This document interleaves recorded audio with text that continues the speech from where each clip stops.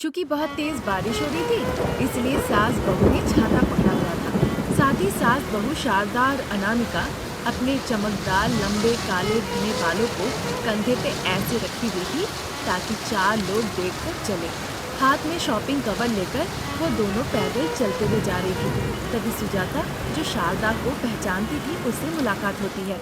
क्या शारदा, तुम्हारी तो उम्र हो गई है, फिर भी तुम बहू की तरह अपने बाल रखी हो। क्यों सिर्फ जवान लोग ही इस तरह से बाल बना सकती हैं क्या? मैं नहीं, मेरे पति को ये स्टाइल बहुत पसंद है, इसीलिए मैंने बनाया है। इस तरह कहते हुए शारदा शर्मा जाती है। ये देखकर फिर सुजाता, तुम तो ऐसे शर्मा रही हो जैसे कि मैं चुल्लू भर पानी में डूब मरूंगी।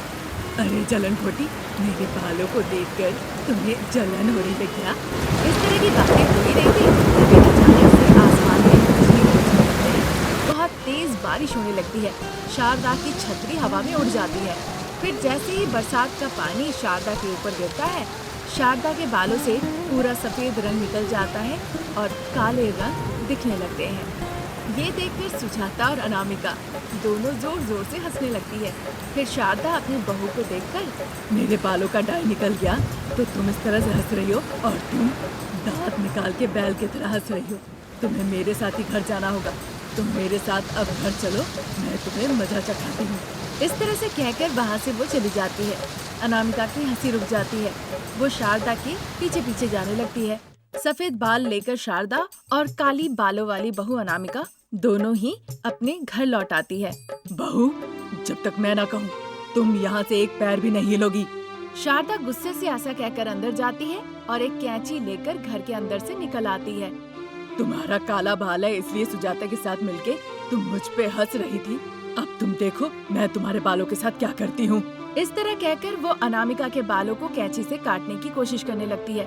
अनामिका हाथ जोड़ के विनती करने लगती है। वो माफी मांगने लगती है। अरे नहीं नहीं माँ जी, बाल मत काटिए, मैंने हंसा उसके लिए मुझे माफ कर दीजिए। नहीं बहू, जो अपमान तुमने मेरा किया है उसके लिए बाल काटना ही पड़ेगा, ये तो तय है।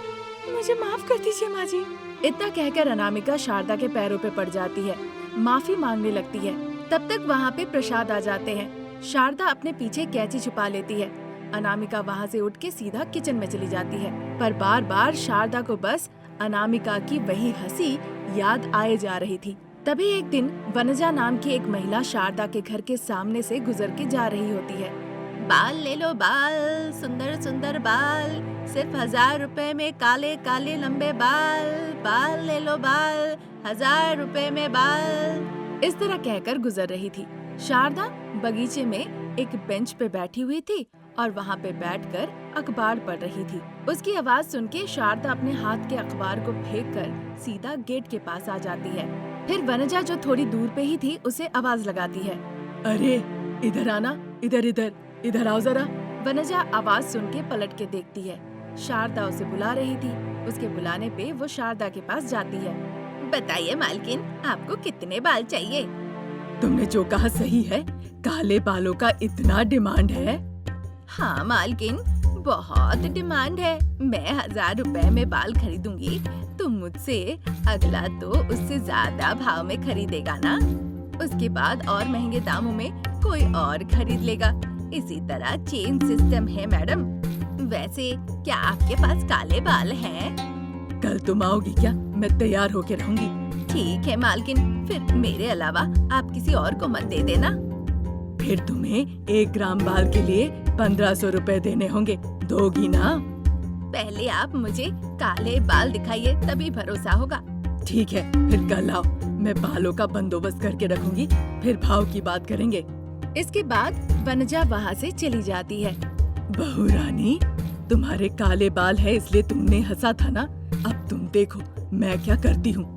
फिर वहाँ से शारदा एक सैलून में चली जाती है। वहाँ पे दुकान के मालिक से बात करके सर को अच्छे से छिलने वाला एक ब्लेड ले लेती है। फिर वो हॉल में आती है। अनामिका वहाँ नहीं थी तो वो किचन में जाती है, देखती है अनामिका सब्जियाँ काट रही है। तुमने मुझे देखकर हंसा, अब मुझे पैसे मिलेंगे तो मैं तुम्हें टकला बना के रहूंगी। इस तरह कहकर वो अनामिका के पास किचन में जाती है। अनामिका सासू माँ के हाथ में ब्लेड देखकर अपना दुखी मुंह बना लेती है। अरे माँ जी, मैंने अब तो आपके बालों के बारे में कुछ नहीं कहा ना, फिर ये ब्लेड लेकर आप यहाँ क्यों आई हैं? अरे बहू, बाजार में काले बालों का बहुत डिमांड है। हम तुम्हारे बालों को बेचेंगे। 2-3 महीनों में फिर से बाल उगाएंगे। नहीं माँ जी, उस दिन मैंने आपके सफेद बालों पे हंसा था, तो आप इस तरह से मुझसे बदला लेंगी? बताइए। तुम्हें जो सोचना है सोचो, पर मैं तो तुम्हारे बाल काट के रहूंगी। काटना ही होगा।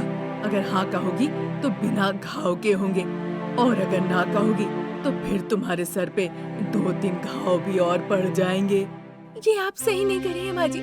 मुझे गंजा बना के आपको क्या मिलेगा? बहुत पैसे मिलेंगे बहू। 1 ग्राम के 1000 रुपए मिलेंगे। आज से मैं शैम्पू नहीं करूंगी, ना ही तेल लगाऊंगी। हर 3 दिनों में सर से पानी डालूंगी। पर मेरे बालों को मत काटिए माँ जी। सुनो, चाहे तुम कुछ भी कह लो, मैं नहीं सुनने वाली हूँ। तुम्हें टकली बना कर ही रहूंगी। एक जगह चुपचाप बैठो तो अच्छा ही रहेगा। विनती करने के बाद भी वो अनामिका का एक नहीं सुनती। अनामिका को बैठा के वो टकला कर देती है। जैसे जैसे बाल नीचे गिरने लगते हैं, अनामिका का दिल दहलने लगता है। वो बहुत रोती है। अनामिका को कुछ भी अच्छा नहीं लग रहा था। बस जिंदगी के लिए, परिवार के लिए, इंसान होने के नाते वो मनी मन ढेर सारे बहाने बनाती है और चुप हो जाती है। शारदा जल्दी जल्दी बाल काटने में लगी थी। अनामिका बस रोए जा रही थी। जो बाल गिरे हुए थे, शारदा जल्दी जल्दी एक बैग में सबको डाल लेती है। अगले दिन वनजा आती है। शारदा जल्दी जल्दी काले बालों का बैग ले जाकर उसे दे देती है। ये देखकर वनजा बहुत खुश होती है। फिर उसे तोलती है। जितना पैसा होता है वो शारदा को दे देती है। शारदा खुश होकर पैसे लेती है और फिर उन पैसों को वो गिनने लगती है। माँ जी, आपको ये बाल कहाँ मिले?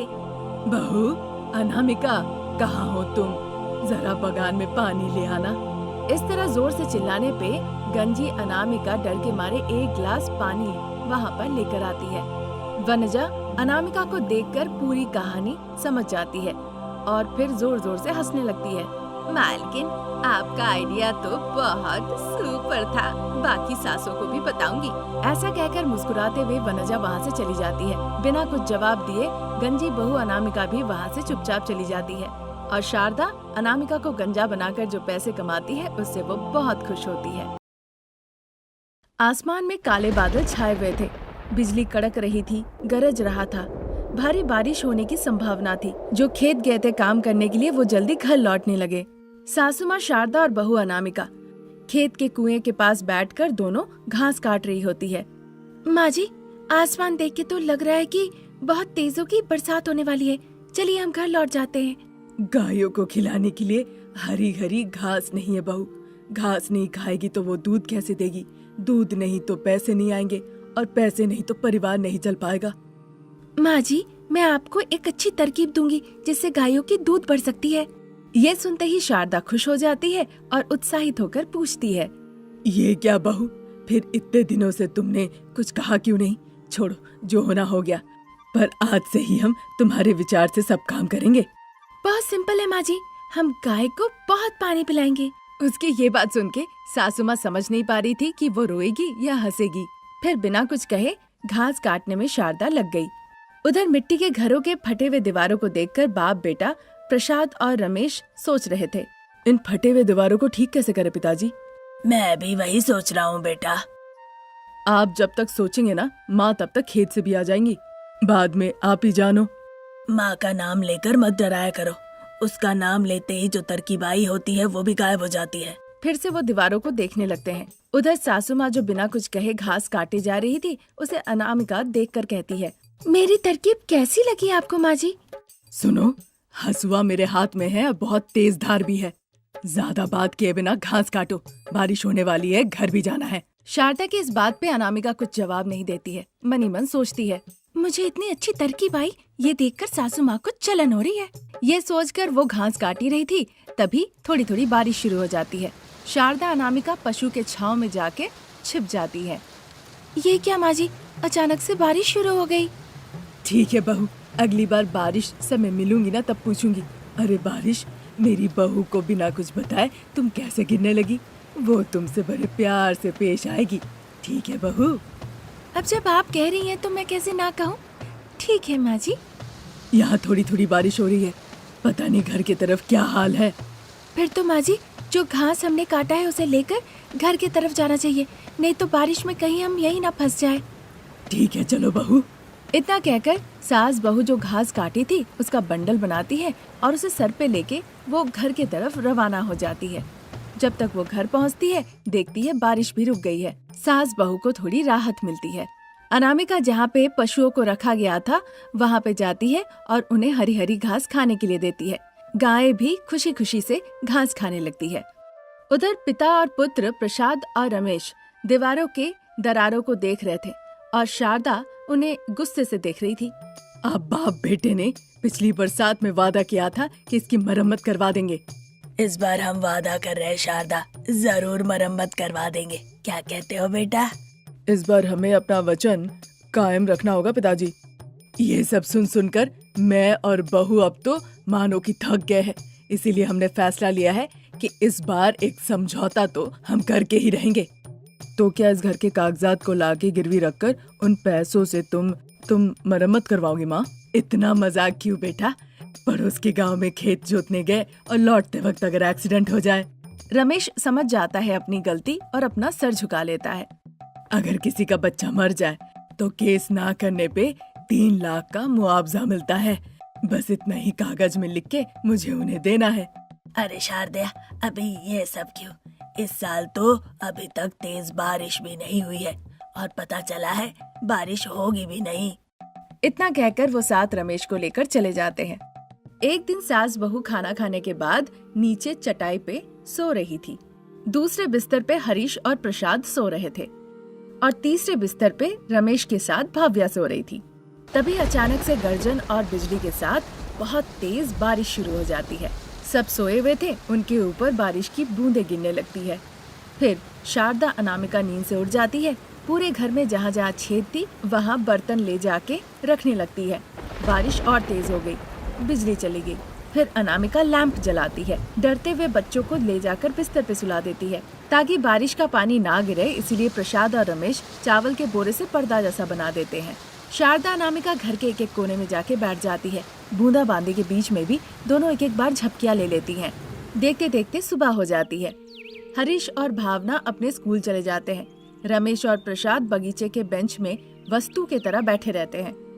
अनामिका खाना बनाने लगती है। शारदा दूध दो के बर्तन खाली करके लेकर आती है। फिर उदास बाप बेटे को देखकर दुखी होकर कहती है, अब दुखी होकर क्या फायदा? 1 साल से याद दिला रही हूँ, आप लोग तो सुने नहीं। आपने तो कहा था कि बारिश नहीं होगी, फिर कल बारिश क्यों हो गई बताइए? मुझे माफ कर दो शारदा, अब ये समझ में नहीं आ रहा कि इस समस्या को कैसे ठीक करूं, इस घर को कैसे बचाऊं। जब वो इस तरह कह ही रहे थे, अनामिका गर्मा गर्म चाय बना के ग्लास में ले आती है। बेंच पे बैठकर चाय पीते पीते अचानक से शारदा को हरी हरी घास दिखती है। ये देखकर शारदा को एक तरकीब आती है। बहू, सीढ़ियाँ ले आना, मैं तुम्हें हरी हरी घास दूंगी, पूरे घर को ढक दो। ये सुनते ही अनामिका पूरी बात समझ जाती है। वो खुश हो जाती है। आप तो महान है माँ जी, अब ये हरी घास का घर होगा। इतना कहते अनामिका सीढ़ियों से चढ़ गई। शारदा अनामिका को हरी हरी घास देने लगी। अनामिका घास लेके पूरे घर के ऊपर रख दी।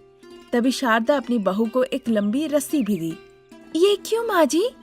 रस्सी से बंधे रहेंगे तो तूफान आने पे भी ये हिलेंगे नहीं। अच्छा ठीक है माँ। इस तरह से कहने पे अनामिका सारे घास को रस्सी से अच्छे से बांध देती है। कुछ ही समय के अंदर शारदा और अनामिका ने मिलके घर को तैयार कर लिया। उस दिन जब अंधेरा छाने लगा, अचानक से फिर से तूफान चालू हो गया। फिर बिजली चली गई। उन्होंने अपने घर पे बत्ती जलाई। सभी लोग घर के अंदर बैठकर बहुत चिंतित थे।